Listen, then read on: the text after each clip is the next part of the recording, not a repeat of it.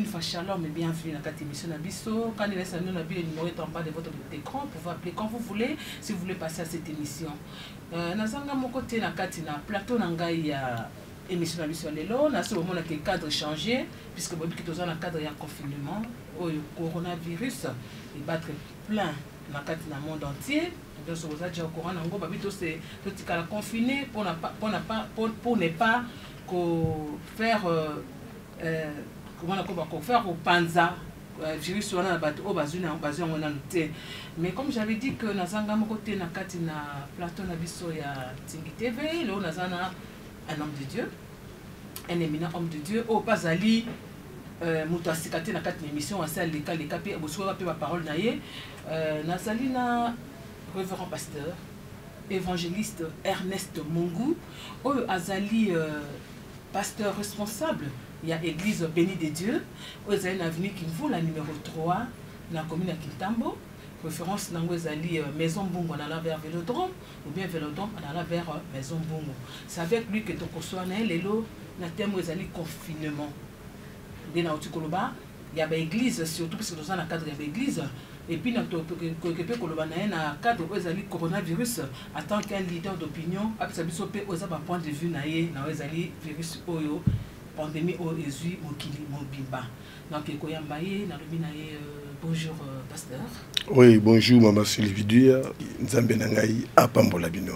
Amen, amen, amen, pasteur. Il pas bon Jésus vraiment place na katemite manabiso puis dans baza koyoka denke opesibiso lipambo liwana. Mais avant de kota na kati ya sujet na biso ya lelo, nengaka rappeler balana biso mukie bayebi déjà puisque so le kana biso oyo, mais on rappeler biso ka mukie quand on parle du révérend Ernest Mungu. Il est qui moi je me suis dit que vous êtes les responsables il y a l'église Bénie de Dieu mais aux apenani n'a pas que ça pena ba bloc belo sala ba livre comment bloc belo sala mais il y a bisana biso peto e basoki yo aux alinani naza déjà pasteur évangéliste Ernest Mungu visionnaire ya église évangélique Bénie de Dieu responsable ya chaîne ya télévision internationale YouTube Bénie de Dieu TV 100% Jésus-Christ so na ceux qui on est bien. Merci beaucoup évangéliste. Tu as dit que l'évangéliste Ernest Mungu azali mwana ya papa na ye o alingaka ye mingi évangéliste Kizami na Kibila eza bongo. Oui. Oza mwana ya pasteur Kizami na Kibila.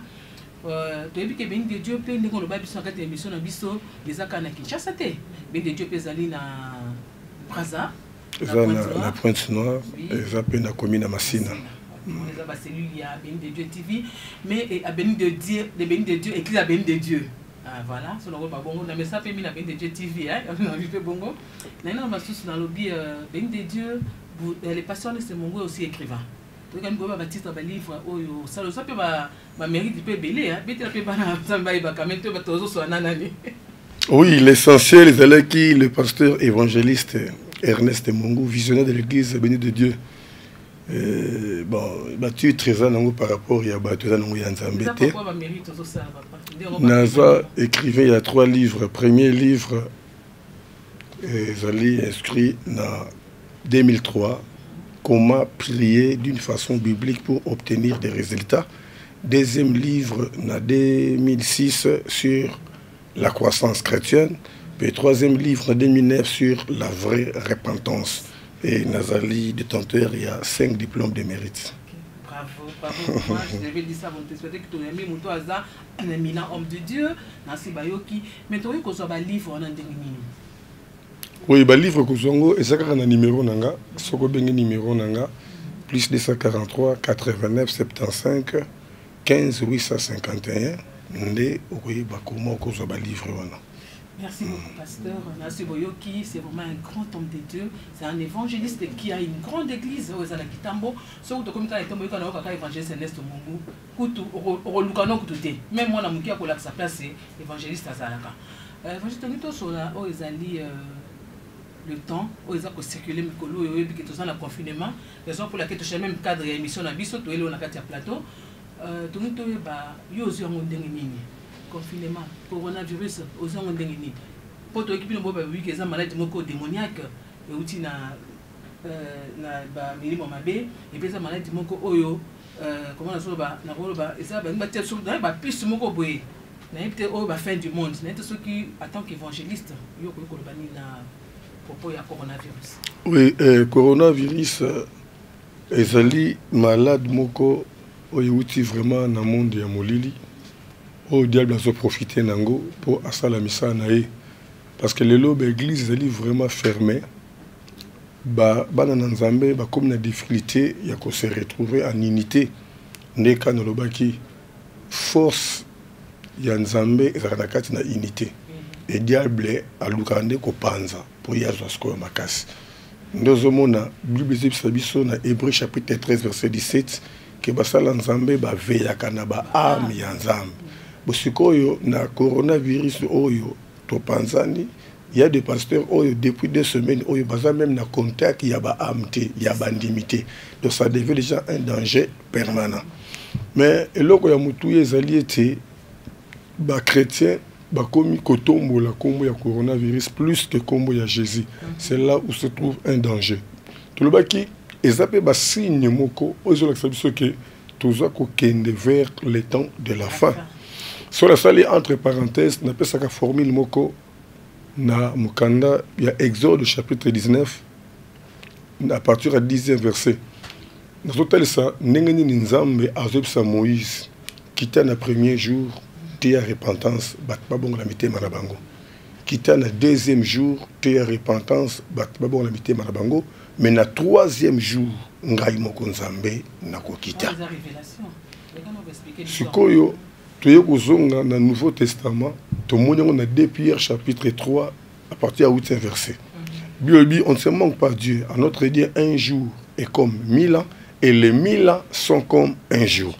Surtout Exode 19 à partir du 10e verset, dans 2 Pierre chapitre 3 à partir du 8e verset, tu vas comprendre que tu es dans le 2e jour.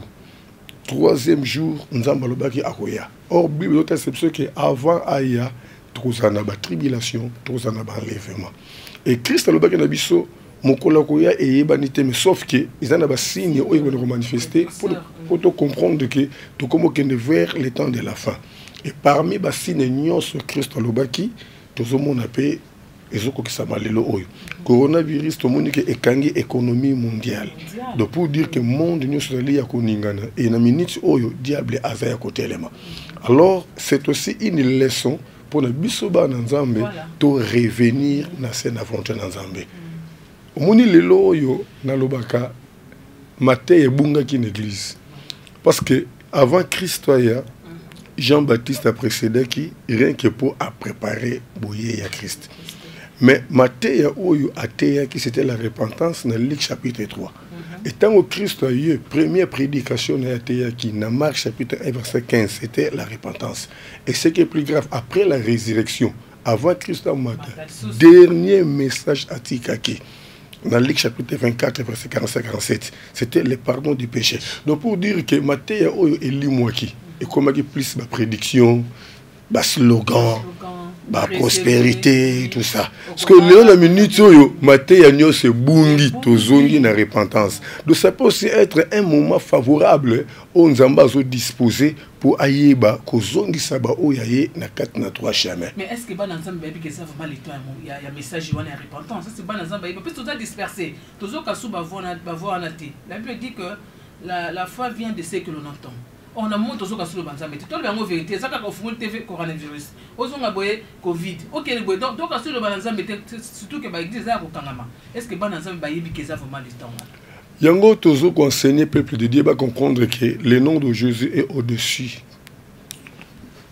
de tous les noms et au-dessus de tous ces noms coronavirus. Alors banzambe va s'accrocher plus à Jésus qui est Dieu qui est la parole que na coronavirus. Coronavirus ne peut rien na oyo azana nzambe 4 na ye na baki na mukanda ya 2 Pierre chapitre 2 verset 9 la Bible déclare l'Éternel notre Dieu sait délivrer les hommes pieds celui qui bon donc pour dire que ba oyo bato tambola 4 na busembo nzambe ayebi ko batela bango et surtout tangi muke je crois na Proverbe chapitre 28 verset 14 ndesika tozomo na Bible biso boy errer l'homme qui est continuellement dans la crainte. Mais celui qui endurcit son cœur tombe dans le malheur. Coronavirus, c'est le malheur. Alors, et qu'on soit plus, bateau, bateau qu'on dit sur militaire, manabango, bateau, bateau, croire en Jésus-Christ, bateau, croire en la révélation, bateau, croire en la parole, bateau, bateau, tambour, libanda, na volonté, na nzambe. Mais Bible est singo, naba, oh, continuellement, bateau, tambour, la carte, na crainte. Il y a un Bible pour les chrétiens, c'est le moment de revenir à Dieu, et c'est aussi le vrai moment de prêcher la repentance, de prêcher les salis, pour tétoyer, les sous, pour gagner, âme en Christ. Mais vous prêchez comment? Puisque les églises sont fermées. Vous êtes un dingue. Car on a une mission absolument, les cabouilles bien, je ne sais pas s'il y a un autre moyen. Bon, Omoni, moi je suis évangéliste. Oui. Un évangéliste se bat pour les âmes. Yangozomona, chaque jour, na 5 heures, na une émission na la chaîne locale na biso na RTP. Mais na disposable intercesseur chaque jour na 5 heures bakinda ko bonde la pona bato ko lenza mitema na bato et ngai moko na sala chaîne ya YouTube chaque jour na 5 heures na tous les cas en direct na international na YouTube Béni de Dieu TV et puis na Facebook Ernest Mungu toujours pour na intérêt ya ba âme et lelo to sala ki na yo na chaîne la télévision na kumbi bayembi na kumbi département presse batu nyos ngamo na futi ba transport makambu nyonso rien que poto te ya le bananzam. Et aujourd'hui j'ai prêché la puissance de la déclaration pour dire que nous devons déclarer la positivité et non la négativité. Parce que les paroles s'envolent, mais nous avons compris que les paroles ne s'envolent pas. Et plus tard, et Botaka Mboma. Pour dire qu'un chrétien ne peut jamais prononcer de négativité dans sa bouche. Mais le chrétien va perdre foi en Abango. Le chrétien va comme banga. Comme il y a coronavirus, oui, coronavirus. Oh, sauf que Namukanda, il y a Psaume, chapitre 91. Nesika base nabiso ezali. Nesika otokozo assurance nabiso lelo. Rien que na premier verset, Bible c'est lui qui demeure sous l'abri du Très-Haut, repose à l'ombre du Tout-Puissant. D'autant quand on a c'est na ma papou ya nzambe obatelami na kati na bonzambe. Vous comprenez? Et lelo ba chrétien ba bosani nyonso à cause ya coronavirus. Et là, comme tu es allé à Psaume 91, Psaume 91, l'assurance que tu es allé à. Surtout, tangi, même à partir du 5e verset, il dit ceci: tu ne craindras ni les terreurs de la nuit, ni la flèche qui vole de jour, ni la peste qui marche dans les ténèbres, ni la contagion qui frappe en plein midi. Vous comprenez? Maladie ya butu, ba mu pepe okobanga yango te. Parce que Nzambe azana ngambu na yo. Soto kei par exemple na verset 10, babi aucun malheur ne t'arrivera, aucun fléau n'approchera de ta tente, car il ordonnera à ses anges de te garder dans toutes tes voies. Malheur mon côté, fléau mon côté, malade mon côté, virus mon côté, et quoi atteindre yo, parce que Nzambe azana ngambu na yo. C'est Josué, dans Josué 1,5, nul ne tiendra devant toi tant que tu vivrais.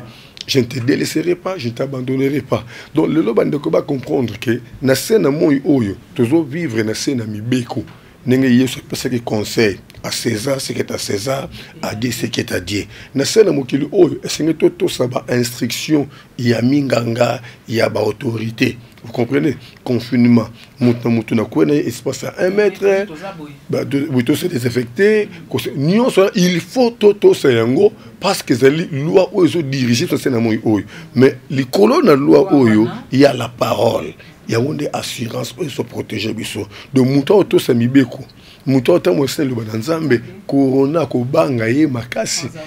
La musika na ye. Donc ba chrétien ba lamuka, ba chrétien ba fungwama, nzamba na ngambu na biso. La Bible déclare s'il est pour nous, personne ne peut être contre nous. Merci beaucoup. Nous devons fortifier foi et ba chrétien. Merci beaucoup, évangéliste. Nous voulons vraiment fortifier la foi des chrétiens quand ils ont lobby. Mais même la Bible dit que faute de bois, le feu s'éteint. C'est-à-dire que ton message pour faire dans l'assemblée, peut-être que nazali faible na prière, lorsqu'on a prière, on a mususu ya onde ko tombola ngai. Mais ce qu'on a to kaboni papa, to garder attitude nini. Puisque au moins je vous dis que les chrétiens, tellement parce qu'il y a là pasteur na bango, mais ce qu'on a comme musique, va garder attitude nini. Vous savez, Kokabouana, c'est là où se trouvent les problèmes. Parce que l'église, ce n'est pas les bâtiments. L'église, c'est le corps. Paul Alobi, dans 1 Corinthiens 6,19, ne savez-vous pas que votre corps est le temple du Saint-Esprit, que vous n'appartenez pas à vous-même? Vous comprenez? La Bible déclare tout ce que tu demanderas en prière. Ce n'est pas tout ce que vous demanderez, mais tout ce que tu demanderas. Donc pour dire que tu as cette possibilité personnellement de prier ton Dieu. Vous comprenez? De prier ton Dieu. Confinement, Nabakouin, Nabandako. Mais Timothée Zolobat, dans 1 Timothée 2,8, je veux que les hommes prient en tout lié. Donc, attends, batamina ki kuku, attends, batamina simandako, yo zala na attitude de prier. La voix du berger. Mais la voix du berger, toujours quand on a une stratégie, na souci autour nango. Le la biso na béni de Dieu. Tout ça là groupe mobimba ya WhatsApp. Oyo ngai na sali, mutat pesa message te kaka ngai moko. Pour n'a pas sa conseil, n'a pas sa programme, n'a pas sa instruction, n'a pas sa prière. Vous comprenez? Et l'élo ben de Dieu, il dit que chaque lundi, mercredi, vendredi, membre tout y a ben de Dieu partout, à 22 h. Tout bon de là. Na 5 h, au bazar na ba méga na bango, ba la biso ba la mo internet, au ba na ngote, ba bon de la chaîne na biso.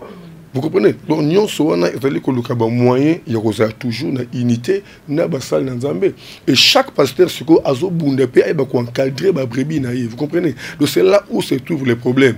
Nous ne travaillons pas pour peut-être de l'argent pour les vendre, mais nous travaillons pour l'intérêt des âmes. Raison pour laquelle nous avons comment gérer un bâton difficile au Tozana. Oui, c'est vrai, un bâton difficile au Tozana, mais vous, en tant qu'évangéliste, vous avez un souci à l'âme. Excusez-moi de le dire quand même comme ça, mais dans un moment où, à part les réseaux sociaux, ouais. À part tout, est-ce que vous n'avez pas notre moyen de suivi de vos... Est-ce que vous avez vraiment un contrôle à l'âme? Oui, suivi à l'âme, en dehors, il y a la télévision, les réseaux sociaux, il y a une stratégie. Nous avons une réunion jeudi, ou c'est là qu'il y a une réunion. Ou c'est là qu'il y a une réunion.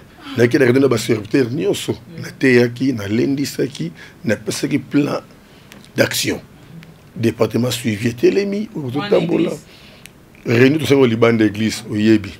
Donc une réunion Liban d'église pour tout le cas stratégie comment tu gérer ba âme et na quatre église ni singa ina comme une église té mais il y a toute une équipe au ba Yebi que mardi jeudi samedi équipe boile kaka lundi mercredi vendredi équipe boile kaka ba prière tout ça les mana bandenge moko bu songolo pour tous à toujours na moto o ezobate la biso.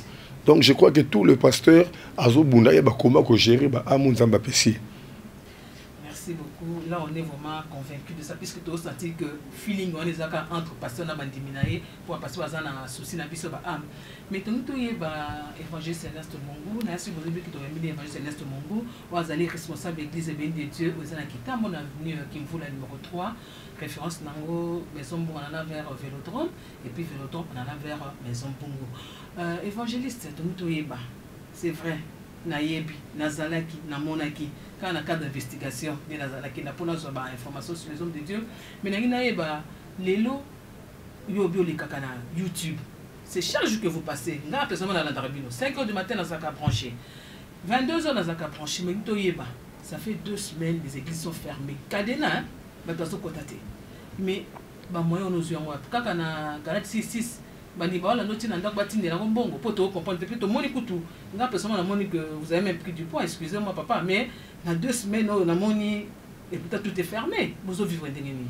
Si j'ai pris du poids peut-être parce que mon salaire est diminué par rapport là na l'église ba délivrance et tout et copé sangai moi poids.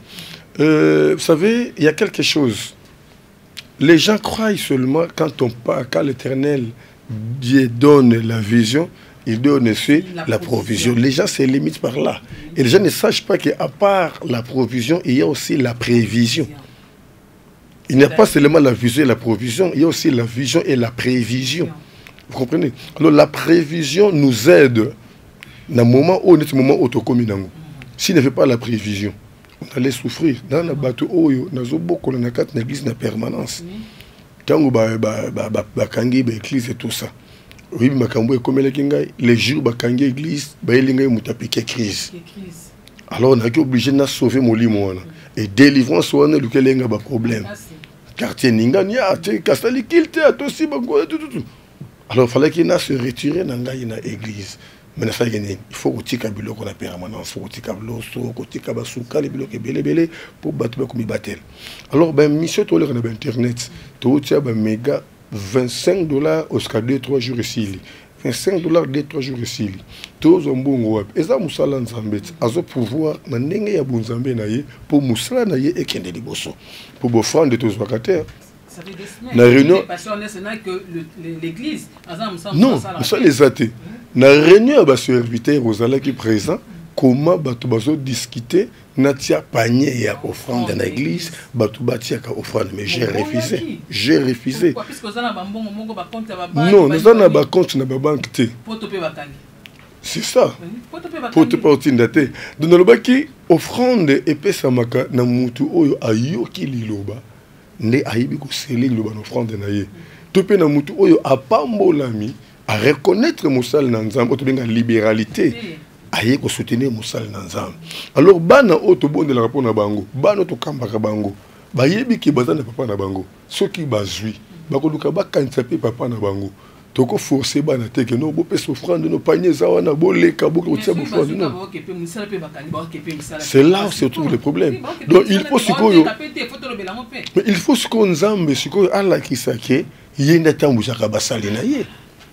Yende pesa ki biso vision neti ngai bato bandima na bango te nzambe ne mutaboya nga na sala bato bandima bango te nga nzamba boya na sala alors bana ke vi na ngai ezali loba na ye na faculté médecine na kata classe bato bandima bango te nzambe loba na ngai vi na yo mobimba ko bala na yo ko bota na yo nyonso ya yo eza kat na liloba na ngai na tika makambo nyonso na simba liloba nzambe loba na ngai banque na yo ezala musala na ngai. C'est comme ça que moi j'ai vu. Il y a un moment où on a vu quelque chose, on a moi méga dans sa émission. On a vu quelque chose, on a moi on a foutu moi dans la télévision. En direct, oui, en direct.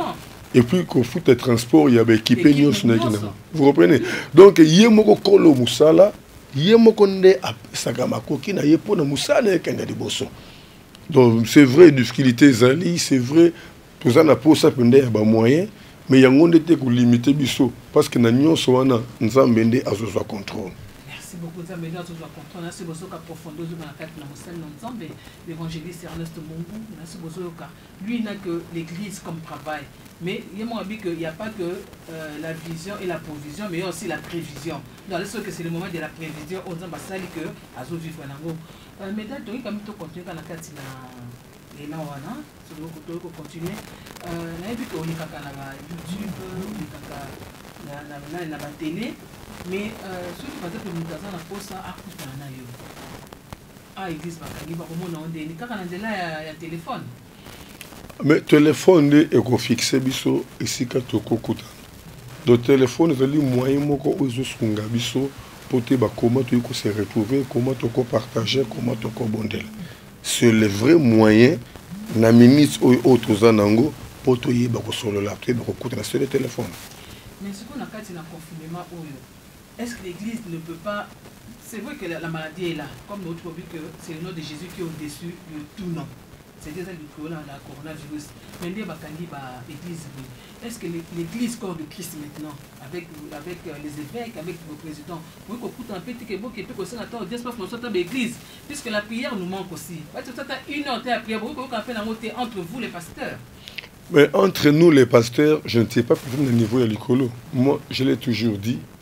Vous savez, Bisso est dit de réveil, unité, nous n'avons pas vraiment l'unité. Parce que l'évêque général Albert Kakenza, je l'ai commis l'évangéliste Sonny Kafuta. Et en réalité, RSC est une institution où il est dirigé par la plateforme. Donc RSC est ensemble et la plateforme. Mais il y a un RSC est comme travailler le col la plateforme. C'est là où se trouve le danger. Donc c'est comme si et comme il peut travailler le col la plateforme. Pour exemple, il y a des cordons, il y a des communes, on dirait que la plateforme. Ok, RSC est une institution où est dirigé par la plateforme. Et chaque plateforme, c'est un leader. Mais le plus grand problème, est-ce que le leader, l'église, nous sommes affiliés Il y a ma plateforme là-bas. C'est là où c'est tous les problèmes. Église de rêve, toi, on a unité. Il y a beaucoup de monde qui a copanzana. Ah, on a pantalon recotate. Ah, on a kitambala recotate. Et tout comme on a macambo, tout le monde a été depuis tout le monde a apôtre. Et moutou pas qu'on a des langues. Azate. Donc moutou pas qu'on a quoi naï. Ah, ça m'a comme donné naï. Même quand un pasteur se méconduit, il doit pas Azate. Oui. Ma comme sous sur tel normalité. Mais l'équipe est très il y a nana. C'est là où c'est tous les problèmes. Mais je ne sais pas. Papa n'a pas sur l'écolo. Si Bangonde va y aller au lundi, ça biso, dans l'église de Kangami. De vous dire que Bangonde va mieux placé peut-être et qu'on va partager pour ça, mais mon groupe pas mon Kondiamboka, mon Kondiamboka c'est chrétien. Il faut forcer l'église. L'église, il y a prière, c'est ça. Donc la Bible déclare sans moi vous ne pouvez rien faire. Beaucoup il y a un vaccin, beaucoup il y a un masque, beaucoup il y a une protection. Mais ceux qui nous avons dit non, non et non. En fait, au but, il y a un vaccin, on a un point de vue sur le vaccin à coronavirus. En tant que pasteur, puisque vous avez une église, je n'ai pas une révélation à ce qui concerne les vaccins. Je n'ai pas une révélation. Peut-être comme un moment où on a peut-être une zambago orientée, c'est ce que je préfère. Mais pour le moment, je n'ai pas vraiment une révélation. Toyoka, révélation dans l'ango, ils ont dit que Naté et Nzambé va se protéger. Va à la distance au moins 1 mètre. Parce que parce qu'on prend 1 mètre, tout le monde a loba. Ils ont besoin de monsieur pour moi, mais mon anaté et mon anaté sur bâtiment microscope, nous comme on a. On bâtiment 1 mètre. Tous ces choses désinfectés chaque moment, tout ça. Après bateau, c'est un moment casse. On va poster un masque, balata un masque wana. C'est vraiment important. Les conseils, on a la révélation de Moyango. Parce que nous avons le binanga qu'il faut vraiment tenir battre à tout côté de Moyango. Et la terre qui va dans Zambé, la personne qui va conseiller dans la qui bango, on a une permanence, on a des choses pour l'ongle la cause. Donc ça me sous-sous. Oui. Comme la maladie dans cette église, oui. Papa, on va battre la liberté dans Zambé. Amen. Comment vous prévenir, on a des dangers au télécoya. À ce qui concerne les vaccins, je n'ai pas de révélation. Merci beaucoup. Moi, je vous dis toujours que vous êtes l'homme aux 5 ministères. Je sais pourquoi je le dis. Parce que vous avez aussi une sensibilité spirituelle beaucoup élevée. Même nous le savons. Année 2020. C'était déclaré année de victoire dans l'église bénie de Dieu. Papa, tu as sali 3 mois. Tomoni, premier mois, c'était pas bien le janvier. 2e mois février, accident mogo. 3e mois coronavirus, tu as mois d'avril. Tu continues à espérer la victoire. Tu as évité ce que tu as fait. Maintenant, le premier mois, 2e mois, il faut que l'année mois, on a 4 trimestres. Tu comptes ce qu'on a 2e trimestre. Le premier mois, c'est le mois, il y a 2e trimestre. Avril. Et tu as bien aussi la 2e trimestre, c'était pour te compter le 3e mois. Vous comprenez? Ok, on a 4 trimestres. 3e trimestre, chiffre, 3e chiffre, la résurrection. Amen. On dira que c'est possible. Amen. Et 4e trimestre, ils ont des chiffres où ils ont dit qu'on a fait des délivrance. On est 4 personnes, la bouchon ardent. Pour dire que les miracles sont possibles. Et l'autre côté. Vous savez, tout comme il y a un temps où Joseph est en prison, mais Azoye batté que accomplissement est dans la prison. Amen. Vous comprenez? Azab ça belle chanson, on a la famille, Bolo Belanga. Ceux qui ont guéri l'eau Belanga. Vous savez, la révélation, elle est dans la calme, calamité. Donc c'est comme ça, parce que la révélation. Vous savez, on appelle ça exemple, Moïse, quand on a une révélation, par exemple, dans Exode chapitre 1, nous avons même libota au désorienté, Babi Manzele Amai. Nous avons fait ça, nous avons fait ça, nous avons fait Pharaon, Kanda Yakulanda. Endurcir son cœur. C'est un moment où on est éclaté gloire. Vous comprenez? C'est compliqué. Quand Israël bataille na sima Pharaon sur na Soudan na armée tout ça bande kolela. Ah Moïse pourquoi ça lui soboye? Voilà pourquoi c'est parce que ba na révélation. Parce que Moïse qui avait la révélation à ce moment-là, il n'avait pas écouté la voix de l'Éternel, mais il a compris seulement la promesse. Il a déclaré. Le peuple sans révélation. Les Égyptiens que vous voyez aujourd'hui, vous ne les verrez plus. Vous garderez le silence et l'Éternel combattra pour vous. Amen.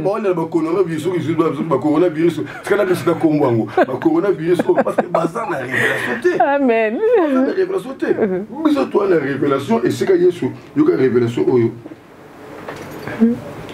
Jean chapitre 16, verset 33. Amen. Jean chapitre 16, verset 33. Yoka et le connaît la Bible, le Bible. Jean chapitre 16, verset 33. Je vous ai dit ces choses afin que vous ayez la paix en moi. Donc la paix, pour que vous ayez la paix en moi. Il y a mon Jean 14 et a dit que votre cœur ne se trouble point. Croyez en Dieu et croyez en moi. Ah, je vous ai dit ces choses afin que vous ayez la paix en moi. Vous aurez des tribulations dans le monde. Oui. Mais prenez courage, car j'ai vaincu le monde. Oui, amen. J'ai vaincu le monde.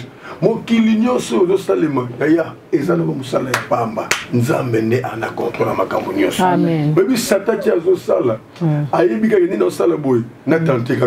Ce qui nous a tiki n'a pas réussir. Parce que réussite, il y a Satan et dépend de Nanzambe na yété.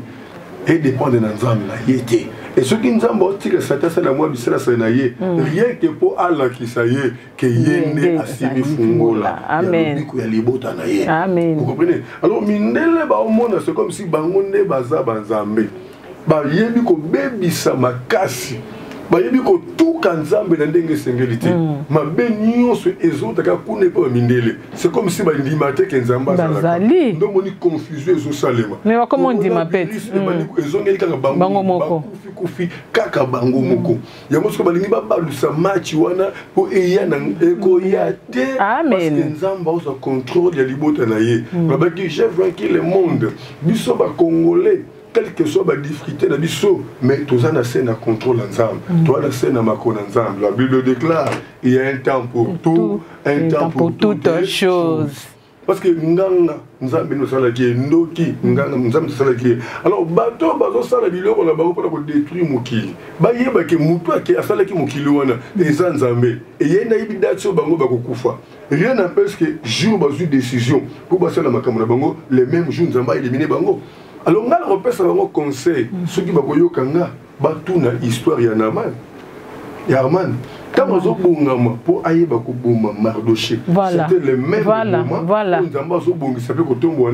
Mardoché. Ceux qui ont l'Afrique, c'est aussi le mot où Afrique. Alors, l'Afrique est unie. Tout est vraiment unie. Tout à défendre les causes. Merci beaucoup, évangéliste. Nous allons défendre la cause Nabiso. Je veux dire qu'au début, c'était un homme éminent. Au hasard, il loba. Écoute, moi, la pour vous avoir solution. Vous avez comme problème. Mais évangéliste, donc tu continues il y a l'élément, il y a coronavirus, mais c'est vrai qu'il faut qu'on se protège tout ce qu'on a beaucoup. Mais Nalingi. Mais c'est vrai qu'on a aussi la protection de Dieu qui est là. On a aussi la protection de Mokili. Mais moi, on a son attitude devant Biloko. S'il y a un autre mot ajouté sur l'attitude d'un enfant de Dieu sur ça. Mais l'attitude d'abord, c'est d'enlever la crainte. Car la Bible déclare quelque chose, gloire à l'Éternel.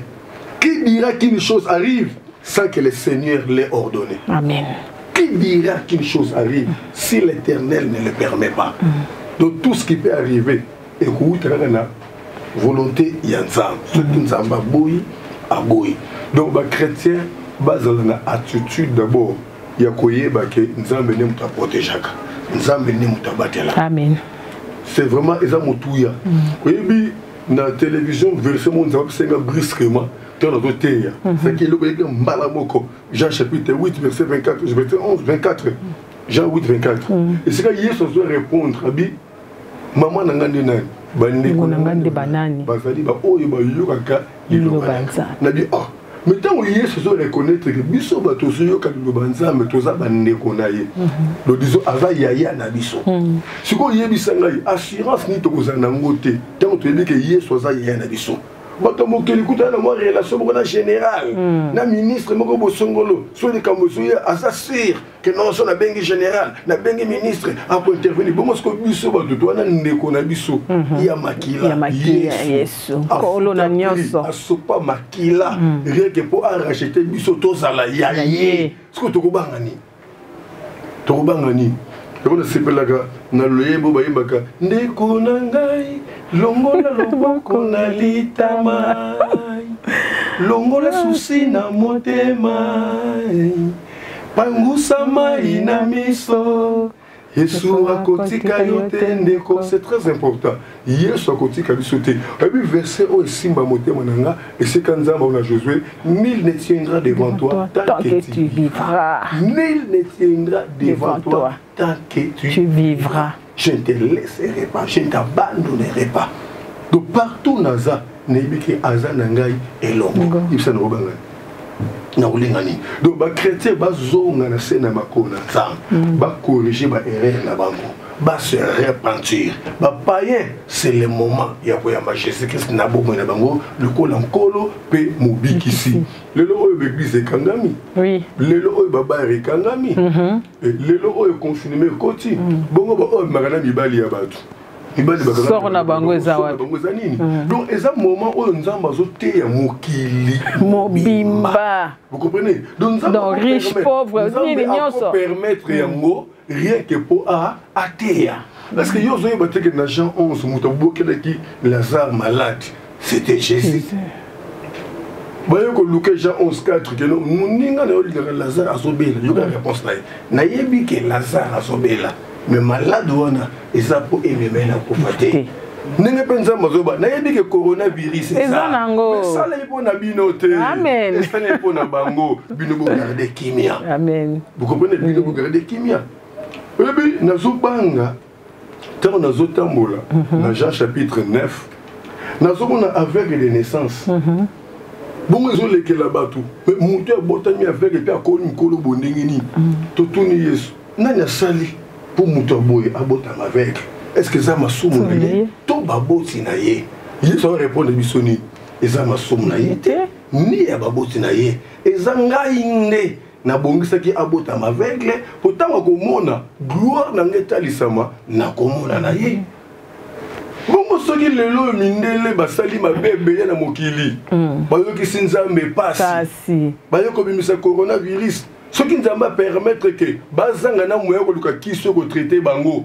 rien que pour atali sa monene na ye nazo sakola coronavirus a kosi na avril mais abima na avril te amen nazo sakola abima na avril te asuka na avril mais akota ya voter au nom de Jésus-Christ.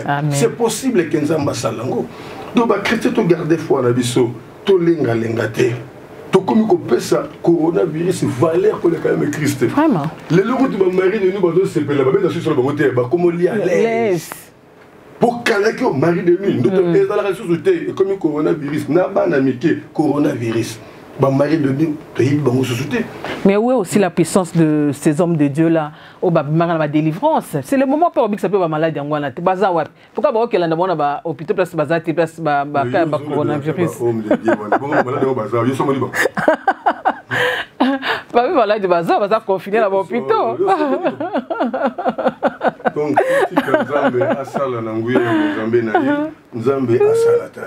merci beaucoup évangéliste. Nancy Boyoki, c'est ce qu'on appelle la bonne parole, ce qu'on appelle l'évangile. Oui, c'est vrai qu'aujourd'hui le monde a peur. Le monde est en train de marcher dans la peur. Coronavirus, mais Nancy Boyoki. Boyoki même solution, il y a coronavirus. C'est-à-dire que c'est le nom de Jésus qui est au-dessus de toutes choses. Oui, avant que je me sépare avec mon invité, l'évangile Ernest Mongou, nous avons quand même papa, on peut s'abisser coordonner nayo pour na bateau ba quand on a contact nayo, c'est vous qu'on peut ça numéro na début mais rappeler bisango et puis comment est-ce qu'on peut aussi vous voir. Oui, contact Zali plus 243 89 75 15 851. Plus 243 89 75 15 851 beaucoup de gens na WhatsApp. Soit beaucoup de gens na Facebook na kombo na moko Ernest Mongou topé na YouTube wana bozunga na chaîne de télévision na ngai Béni de Dieu TV 100% Jésus-Christ Béni de Dieu TV de beaucoup zwangai 5h juste sur la en direct na Facebook, en direct na YouTube et la chaîne locale ba chaîne sur le télévision azana TV qui lelo tanga na papa c'est notre qu'on a TNT na RTP chaque jour à 5h toi na ba intercession aux allées consalement de bande ko ba zwanga à travers contact oyo nde tokoyeba kopesa ya programme ya kosolola ya kobondela ndenge molimo akamba biso. En tout cas, merci papa. Le plaisir a été de notre recevoir na plateau na biso. Merci pour la humilité na yo, merci pour la disponibilité na petit biso. En tout cas, tout ces pays.